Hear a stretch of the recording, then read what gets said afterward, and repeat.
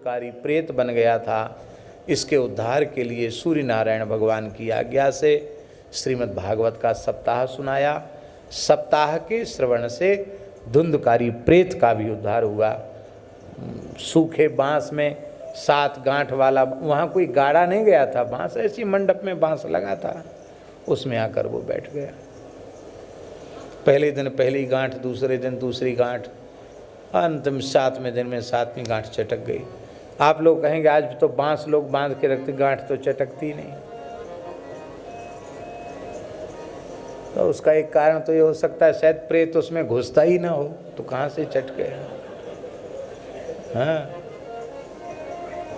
उद्धार की इच्छा तो होनी, मुमुक्षा तो होनी चाहिए कि नहीं। धुंधकारी में मुमुक्षा तो थी, छूटने की इच्छा थी योनि से, इसलिए छूट गया। अब कोई भूत प्रेत हो, उसको छूटने की ही इच्छा ना हो, तब क्या करोगे आप। दूसरी बात यह है कि आज भी यदि सविधि पारायण हो भागवत जी का, तो आज भी बांस फट सकता, उसमें कोई आश्चर्य नहीं। हमारे श्रीधाम वृंदावन के ही एक महानुभाव हैं, अब तो वयोवृद्ध हो गए हैं, परम श्रद्धेय पूज्य श्री व्यासनंदन जी महाराज। पटना में, बिहार में पटना में एक जगह प्रेत बाधा थी, उसकी निवृत्ति के लिए वो गए थे, मूल पाठ के लिए। कथा नहीं थी, मूल पाठ था। शाम को थोड़ी देर सत्संग होता था, मूल पाठ स्वयं करते थे। 4-5 ब्राह्मण थे, गीता और जो है विष्णु सहस्त्रनाम और गायत्री और वासुदेव मंत्र का जप करने वाले। वर्णम पंच विप्राणाम पूरी विधि पूर्वक हुआ।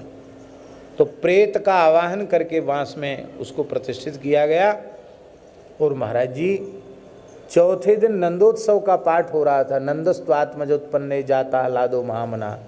जैसी नंदोत्सव पूरा हुआ महाराज, 10वें स्कंद का 5वां अध्याय, बड़ी जोर की आवाज करके बांस फट गया महाराज। एक एक दिन एक एक गांठ तो नहीं चटकी, वो चौथे दिन ही इतनी जोर से बांस फटा कि मजबूत बांस, और नीचे से ऊपर तक वो 4 भागों में विभक्त हो गया। हमारे एक नामारासी पंडित जी भी गए थे उनके साथ पाठ करने में, जप करने में गए थे। अब सब ब्राह्मण ऐसे ऐसे कांपे, जैसे बम गोला छूटे ना, ऐसे विस्फोट हुआ महाराज। सब ब्राह्मण कांप गए, बोले भैया प्रेत का उपद्रव क्या होगा। सरकार नहीं, कोई नहीं, वो तो उद्धार हो गया उसका, नंदोत्सव में ही उद्धार हो गया। फिर उसी बांस को कलावा लावा बांध के रखा तो गया, 7 दिन पूरे करने के हिसाब से बाद में गंगा जी में प्रवाहित कर दिया गया, और फिर वहाँ कोई बाधा नहीं रही। पटना की बात है। अब वो पंडित जी अभी भी विराजमान हैं जिनके पाठ से बांस फटा था। इसलिए बात हम ये कह रहे हैं कि जो कुछ लिखा है वह सर्वथा सत्य है, इसमें संदेह नहीं। आप कहेंगे बांस, चलो बांस फटना तो कोई कठिन नहीं है। इतनी मोटी बटकी डाल, कम से कम 35-40 फीट लंबी डाल, इतनी मोटी डाल कि शायद हाथी भी उसको तोड़ने में समर्थ न हो। इतनी मोटी डाल, एक बहुत विशाल बट का पेड़, वहाँ कथा हो रही थी। लाल सोट है राजस्थान में, उसके पास में। और वो महाराज हम लोग पहुँच गए वहाँ, और पहुँच के तो गए वहाँ 4-5 महात्मा थे। वो कथा में एक श्रोता नहीं, एक भी श्रोता नहीं। पेड़ के नीचे बैठ के कथा, वो महात्मा बोला यहाँ कोई आने वाला है नहीं, तो पंडाल और माइक वगैरह की क्या ज़रूरत है। हमको भी समझ में आया कि बिल्कुल ठीक कह रहा है, जब कोई आने ही वाला ही नहीं तो ठीक है। एक चौकी बिछा दी, बैठ गए वहीं कथा कहने।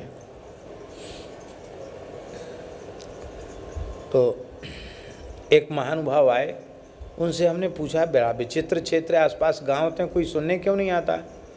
क्योंकि महाराज यहाँ भयंकर ब्रह्म राक्षस का प्रेत का उपद्रव है, उसके डर के मारे यहाँ कोई नहीं आता।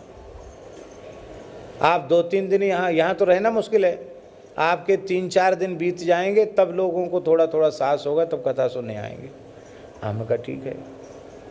3 दिन तो ऐसे बीत गए हम लोगों को, वहीं पड़े पड़े। और इसके बाद फिर एक पंडित जी मिल गए, हमारे धर्म संघ वाले गुरु जी के पुराने विद्यार्थी थे। उन्होंने व्यवस्था बनाई, तमाम लोगों को लेके आए। अब कथा होने लगी। चौथे दिन माइक आया, ऐसी साधारण सा माइक, पंडाल की तो ज़्यादा ज़रूरत थी नहीं, बट के पेड़ के नीचे से बैठे थे। और जिस दिन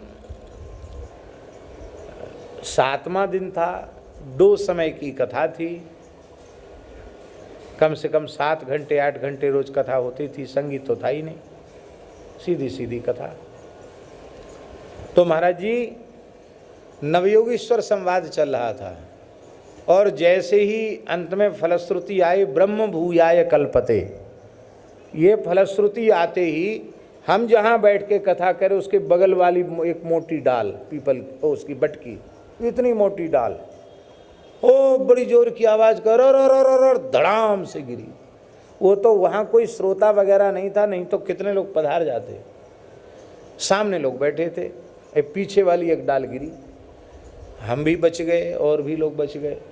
ओ एक बार में ही सब श्रोता भगे, ज़्यादा लोग नहीं थे, 100-1 लोग होंगे, भगे सब, धूल उड़ गई। राजस्थान का तो इलाका, गर्मियों का समय, सब भाग गए। आपको सुनकर आश्चर्य होगा, हमारे साथ जो पूजा वो भी भाग गए। अरे कम से कम विपत्ति के समय उनको तो साथ में रहना चाहिए था। एक भी व्यक्ति मेरे पास, महात्मा भी भाग गए सब। समझ में आ गया कि भाई विपत्ति में भगवान के अलावा कोई नहीं होता। पर हम कैसे भागें व्यासपीठ छोड़ के? तो हम थोड़ी देर कीर्तन कराए और मन में विचार किया, देखो भगवान की कैसी करुणा है, ना आंधी ना तूफान, इतनी मोटी डाल फटी और विलक्षण घटना तो घट गई, लेकिन किसी की कोई हानि नहीं हुई। वो महात्मा जो हमको ले गए थे, उनको उसी रात्रि को अनुभव हुआ, और उन्होंने दूसरे दिन रोते हुए कहा, महाराज मैंने अपनी आँखों से देखा है, वो विमान में बैठ करके दिव्य गति को गया। बोल रहा था 1000 वर्ष से प्रेत योनि भोग रहा था। कितने साल से? 1000 वर्ष से उसकी सद्गति हो गई, वो स्थल बाधा से विमुक्त हो गया। ये बात हम इसलिए निवेदन कर रहे हैं बड़ी विनम्रता पूर्वक कि अविश्वास मत करो। अरे इतनी मोटी डाल फट गई तो बांस फट गया, इसमें क्या आश्चर्य करते हो आप? सब कुछ हो सकता है। भगवान की कृपा से, भगवान की इच्छा से सबका उद्धार। सूखे बांस की ग्रंथि का भेदन हो जाता है तो अविद्या की ग्रंथि का भेदन हो जाए, जब तो इसमें कौन सा आश्चर्य है।